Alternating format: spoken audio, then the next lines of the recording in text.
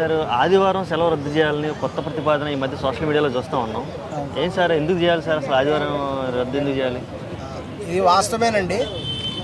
యాక్చువల్గా మనది భారతదేశంలో సనాతన ధర్మం అనేటువంటిది ఉండేది. ఈ యొక్క మనుధర్మ శాస్త్రం అనేటువంటి అమల్లో ఉండేది. ఇవన్నీ ఉండటం వల్లే మన భారతదేశం అనేటువంటిది ప్రపంచంలోనే ఒక అగ్రదేశంగా ఉండేది. కొన్ని వేల సంవత్సరాల ఈ యొక్క చరిత్ర కూడా మన భారతదేశంలో ఉంది. అప్పటి నుంచి కూడా భారతదేశం అగ్రదేశం. కారణం ఏంటంటే భారతదేశంలో ఉండేటువంటి విధానాలు. దానివల్లనే మన దేశం మీద అనేక విదేశాల్లో దండయాత్రలు చేశారు. ఈవెన్ ముస్లిం దండయాత్రలు చేశారు. తర్వాత బ్రిటిష్ వాళ్ళు వచ్చారు. అనేక మంది దండయాత్ర చేయడానికి కారణం ఏంటంటే భారతదేశం ఒక ధనిక దేశం.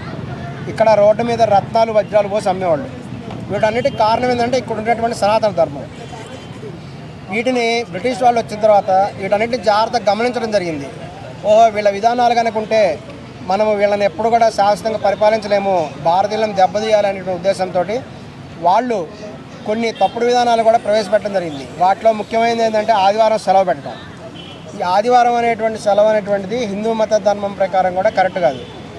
ఎందుకంటే ఆదివారం అనేటువంటిది మన హిందూ మతంలో రవివారం అంటారు. దీన్ని సూర్యుడికి ఆరాధన చేస్తారు.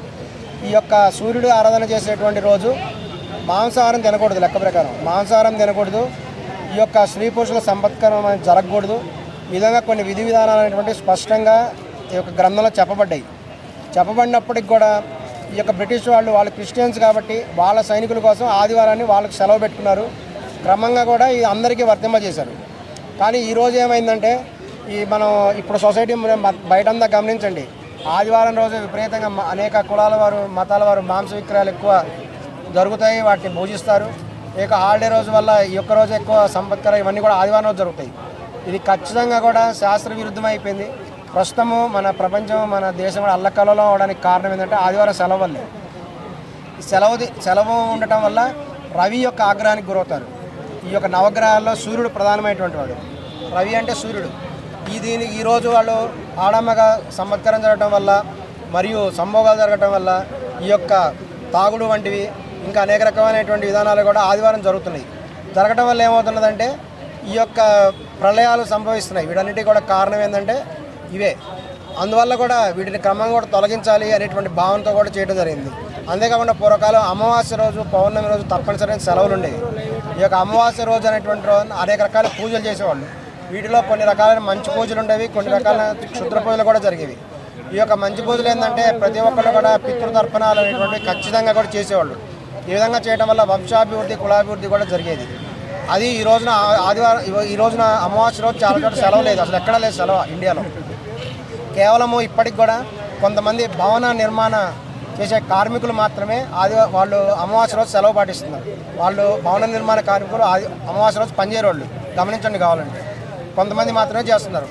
అలా కాకుండా మరలా కూడా మన దేశం అభివృద్ధి చెందాలన్నా అగ్రస్థాయికి చేరాలన్నా సరే కొన్ని విధానాలు పాటించాలి. అందువల్లనే మోడీ గారు ఆదివారం రద్దు చేద్దాం అనేటువంటి భావన కూడా తేవడం జరిగింది. శుక్రవారం పెడదాం అనేటువంటి భావన కూడా చెప్పడం జరిగింది. అంతేకాకుండా అమావాస్య రోజు కూడా సెలవు పెట్టాలి. అమావాస్య పౌర్ణమి రోజు సెలవు పెట్టాలి. ఇంకా చాలా ఉన్నాయి. ఈ యొక్క జ్యోతిష శాస్త్ర రీత్యా కూడా మనం గమనించినట్లయితే ఒక్కొక్కళ్ళు ఒక్కొక్క నక్షత్రంలో పడతారు. ఒక్కొక్కళ్ళు ఒక్కొక్క కలర్ సూట్ అవుతుంది. కాబట్టి యూనిఫామ్ అనే కొన్ని కలర్స్ పెట్టడం కూడా కరెక్ట్ కాదు. ఎందుకంటే కొంతమంది కొన్ని కలర్స్ అనేవి సూట్ అవ్వవు, వాళ్ళకి నెగిటివ్ ప్రభావం ఉంటుంది. కొంతమంది కొన్ని కలర్స్ సూట్ అవుతాయి. ఈ యొక్క అందరికీ ఒకే రకమైన కలర్ పెట్టడం వల్ల కొంతమంది చదువులో పైకి రాకపోవటం. ఈ హిందూ ధర్మశాస్త్ర ప్రకారం ఏంటంటే కొన్ని చెడు ప్రభావాలు కలుగుతున్నాయి. కాబట్టి ఇప్పటికైనా సరే ప్రభుత్వం కూడా నిద్రలేచి హిందూ మతం అంటే ఏం లేదు, సమాజం అంతా అభివృద్ధి చెందాలి. రామరాజ్యం అంటే అదే. రామరాజ్యం అంటే ఏంటి?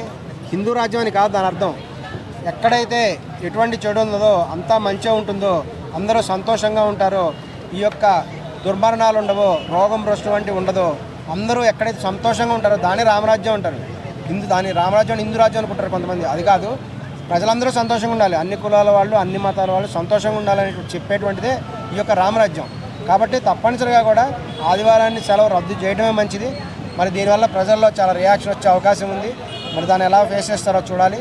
ఏదైనా క్రమక్రమంగా రెసిస్టెన్స్ టు చేంజ్ అనేది ఎలాగుంటుంది కాబట్టి మెల్లమెల్లగా కూడా దాని చర్యలు తీసుకొని శుక్రవారం సెలవు, తర్వాత అమావాస్య రోజు కూడా సెలవు పెట్టడం ద్వారా మరలా కూడా మన దేశంలో సనాతన ధర్మాన్ని అభివృద్ధి చేయాలి. తద్వారా మరలా భారతదేశం ప్రపంచంలో కూడా అగ్రదేశము ధనిక దేశంగా మారాలని కూడా మనం అందరం భావిద్దాం. ఓకే అండి, థ్యాంక్ యూ సో మచ్.